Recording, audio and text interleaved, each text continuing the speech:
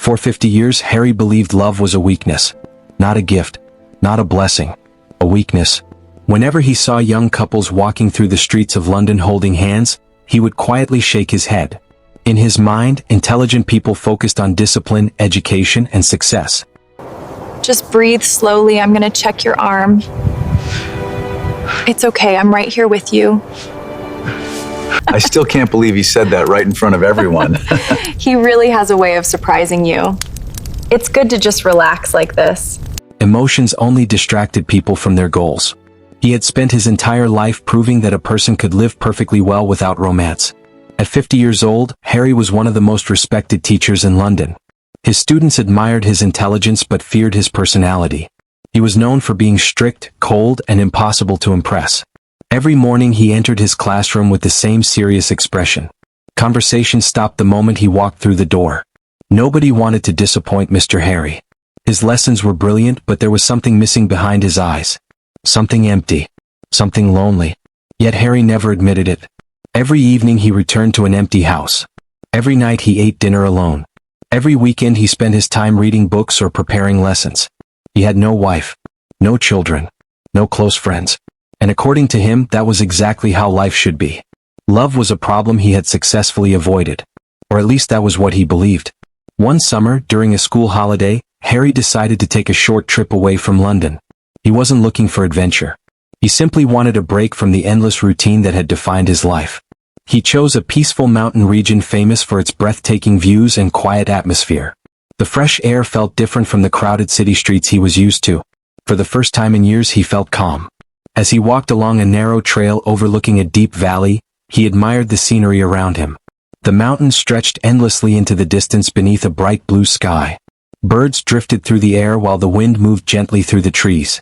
Then suddenly his attention was pulled toward a young woman standing dangerously close to the edge of a cliff. From where Harry stood, it looked as though she was seconds away from falling. His heart immediately began racing. Without thinking, he started running toward her. Panic took over completely. The closer he got, the more terrified he became. He shouted a warning, but the wind carried away his voice. He ran faster. In that moment, nothing mattered except saving her. But just as he reached the cliff, the young woman turned around laughing. She wasn't in danger at all. She had simply been helping her friend take photographs near the edge. Realizing his mistake, Harry tried to stop. Unfortunately, his foot slipped on loose gravel. Before he could regain his balance, he crashed hard against the rocky ground. A sharp pain shot through his leg. He couldn't stand. Embarrassment and pain flooded through him at the same time. Back in London, Harry's injury forced him to stay at home for several weeks. Walking was difficult. Simple tasks became frustrating. One afternoon, his phone rang unexpectedly. It was Jennifer. She had somehow obtained his contact information and wanted to know how he was recovering. Harry was surprised but thanked her politely. A few days later, she visited him. Then she visited again. And again. Each visit brought something new. Sometimes flowers. Sometimes homemade food. Sometimes nothing except her cheerful personality. At first Harry found her presence annoying. He answered her questions with short responses and maintained his cold attitude. Jennifer didn't care. She continued showing up with the same kindness every single time. Slowly, something unusual began happening. Harry found himself looking forward to her visits. Weeks turned into months. Jennifer's laughter filled the empty rooms of his house. The silence he once considered peaceful suddenly felt unpleasant whenever she wasn't around. They spent long evenings talking over tea.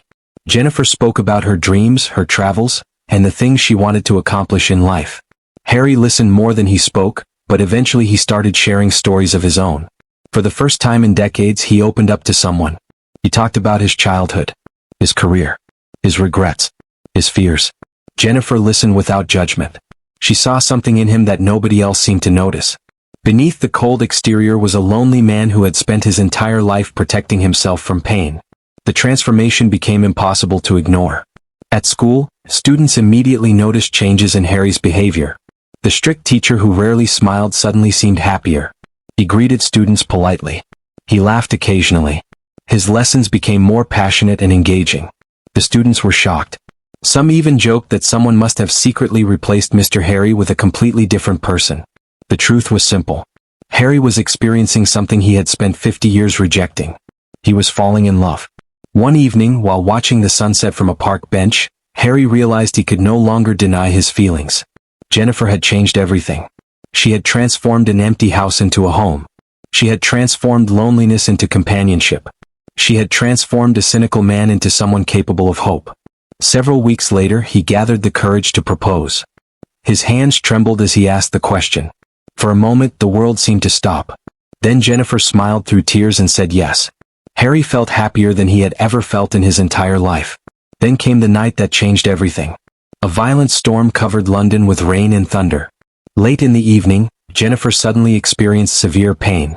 Harry rushed her to the hospital as panic consumed him. Doctors immediately took her into surgery. Hours passed. Harry sat alone in the waiting area praying desperately for good news. Every minute felt like an hour. Every second felt unbearable. Finally, the doors opened and a doctor walked toward him. Harry immediately stood up. One look at the doctor's face told him something was terribly wrong. The doctor removed his glasses and slowly shook his head. Harry felt the world collapse around him. His legs gave way beneath him. He fell to his knees in the middle of the hospital corridor. The sound that escaped his throat barely sounded human. It was the sound of a man watching his entire future disappear. Jennifer was gone. The woman who had taught him how to love. The woman who had transformed his life. The woman who had become his reason for waking up every morning. Gone. Years passed. Harry grew older and weaker. His hair turned completely white. Deep wrinkles marked his face. Yet his love for Jennifer never faded. If anything, it became stronger. Every memory remained vivid. Every moment remained precious. One quiet evening many years later, Harry lay in bed holding a framed photograph of Jennifer. His hands trembled with age as he traced her smile with his fingers. Looking at that photograph, he remembered the mountains, the tea they shared, the walks through the park, the wedding, and every beautiful moment in between. A peaceful smile slowly appeared on his face. For the first time in many years, he felt no sadness. Only gratitude. Gratitude that fate had allowed him to experience true love, even if only for a short time. Slowly he closed his eyes. The photograph slipped gently from his hand. And somewhere beyond pain, beyond loss, and beyond time itself, the man who spent 50 years believing love was a weakness finally found his way back to the woman who proved it was the strongest thing in the world.